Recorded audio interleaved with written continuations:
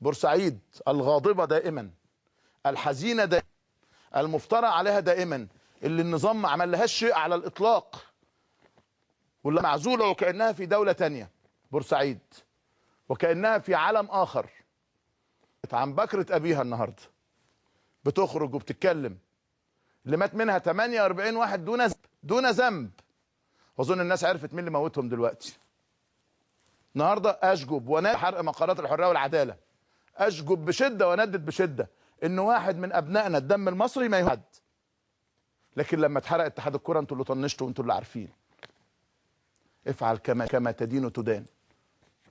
ادي المظاهرات، ادي الناس. طيب في مصيبه في بورسعيد دلوقتي. معانا زميلنا ايمن عيد من بورسعيد. مساء الخير يا مساء الخير كابتن شوبير، ومساء الخير على كل مشاهدي قناه مودرن الكرامه. كابتن قد ايه عدد المتظاهرين اللي طلعوا النهارده تقريبا في بورسعيد؟ اليوم بورسعيد لم تهدأ من المظاهرات بعد صلاه الجمعه. اهل بورسعيد جمعهم خرجوا بعد صلاه الجمعه في المظاهرات، طبعا مناددين بالحالي وشعارهم من موجود ارحل ارحل ارحل. وعلى الغام السمسميه الجميع غنى، ولكن الجميع الان من حوالي نصف ساعه الجميع حزن. الذي سيد كابتن هي قراءة الفاتحة، ونرجو من الجميع قراءة الفاتحة على كل الأرواح التي زهقت في الأيام الأخيرة. انفجار حصل في ميدان الشهداء، ذهب ضحيته واحد مواطنين، وإصابة حوالي 5 أو 6 من المواطنين، وحالة من الذعر الآن. ومديرية بورسعيد بتقوم بتمشيط للمكان. حصل امتى الانفجار يا أيمن؟ حصل امتى؟ من حوالي يعني نص ساعة كابتن. نص ساعة. لكن تأكدت حالة الوفاة؟ ما هو ده الشخص اللي ده المتفجرات. يعني كانت في عبوه ناسفه محطوطه. كان في موجوده في الارض، موجوده. ده ميدان الشهداء معروف ان هو امام ديوان عام المحافظه، ومعروف ان حتى في ايام المدني هو كان مركز كل شيء موجود في بورسعيد. فبالتالي الجميع يتجمع عند طبعا موقفات سلميه لدرجه كبيره جدا جدا يا كابتن، حتى على انغام منه بالروح وبالوطنيه بيغنوا. ما لا ماسكين لا طوب ولا ماسكين اي حاجه. ده باين المسيره باينه ما شاء الله سلميه جدا يعني. ناس مسالمين جدا يا كابتن. هل عندك بيانات المتوفى ولا مش عندك؟